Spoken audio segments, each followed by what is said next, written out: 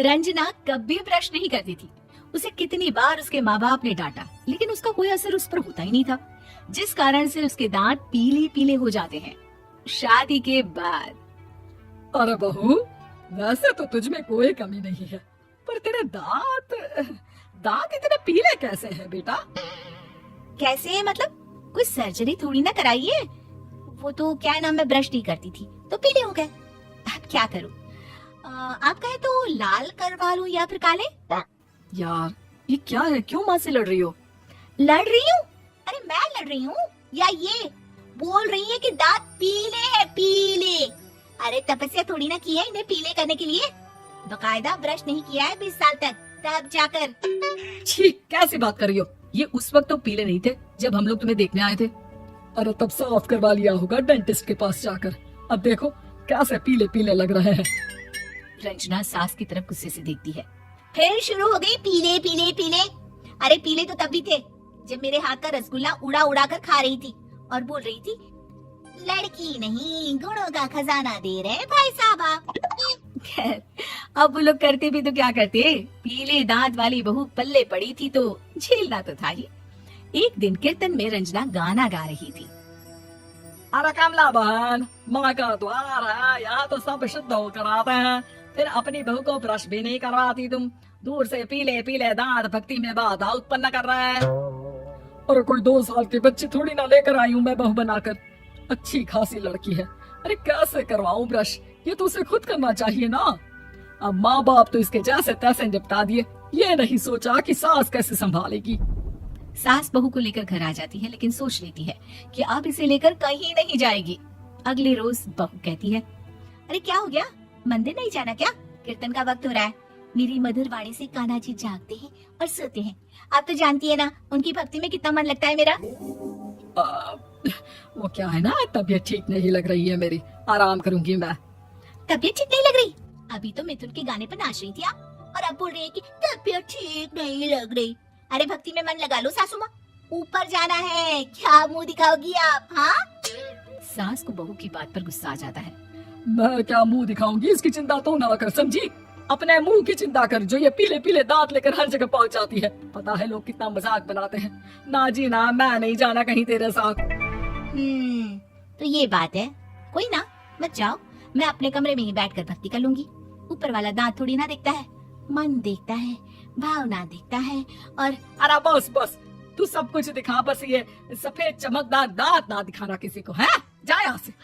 बहू को सास की बात का कोई फर्क नहीं पड़ता, वो तो जैसी थी वैसी ही रह जाती है। सुबह नहाकर किचन में खाना बनाना, फिर खाना खाना, कीर्तन भजन करना और सो जाना। एक दिन, माँ जी मैं सहेली के घर जा रही हूँ, शाम को लेट आऊंगी। हाँ हाँ तो जाना, मैंने कौन सा तेरी आरती करनी है घर पर बैठकर। रंजना सहेली के घर जाती है, जहाँ वो पार्टी में जाने की तैयारी कर रही होती है। अरे शिखा, कहाँ जाने की तैयारी कर रही है? मैं गलत वक्त पर आ गई क्या? अरे नहीं यार, उल्टा सही वक्त पर आई है। मैंने ये साड़ी और ज्वेलरी निकाली है यार, शाम को इनके ऑफिस की एक पार्टी में जाना है। मत आना, कैसा लग रहा है ये सब?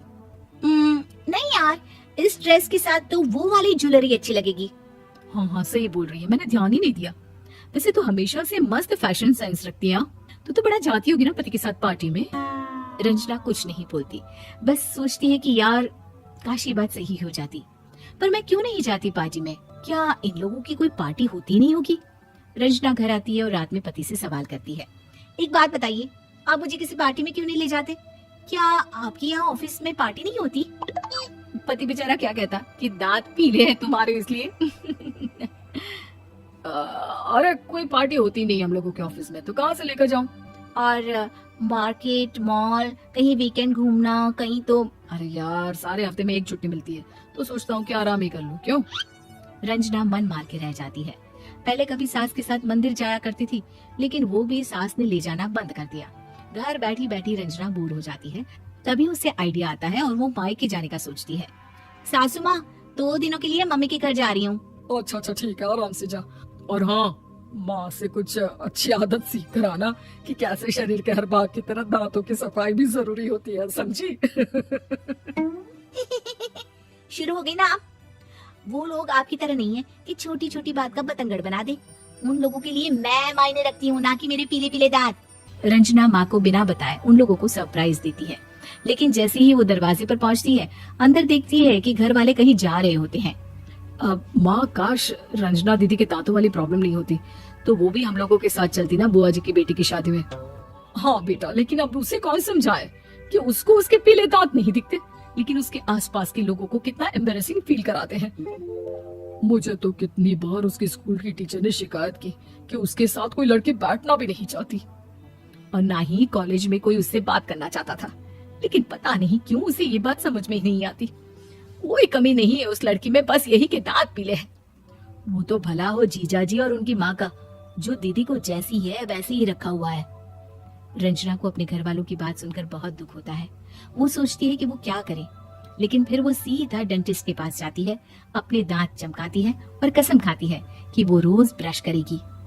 और क्या हो गया, तुम तो 2 दिनों के लिए गई थी ना, पर कोई ना, अच्छा है, चलो आ गई तो। रंजना सास के सामने आकर खड़ी हो जाती है और पूरी स्माइल करती है, उसके चमकदार दांतों को दिखाती हुई। चले मंदिर। माँ, मुझे माफ कर दीजिए, मैंने आप लोगों को बहुत एम्बैरेसिंग फील करवाया। मैं आज से रोज ब्रश करूंगी।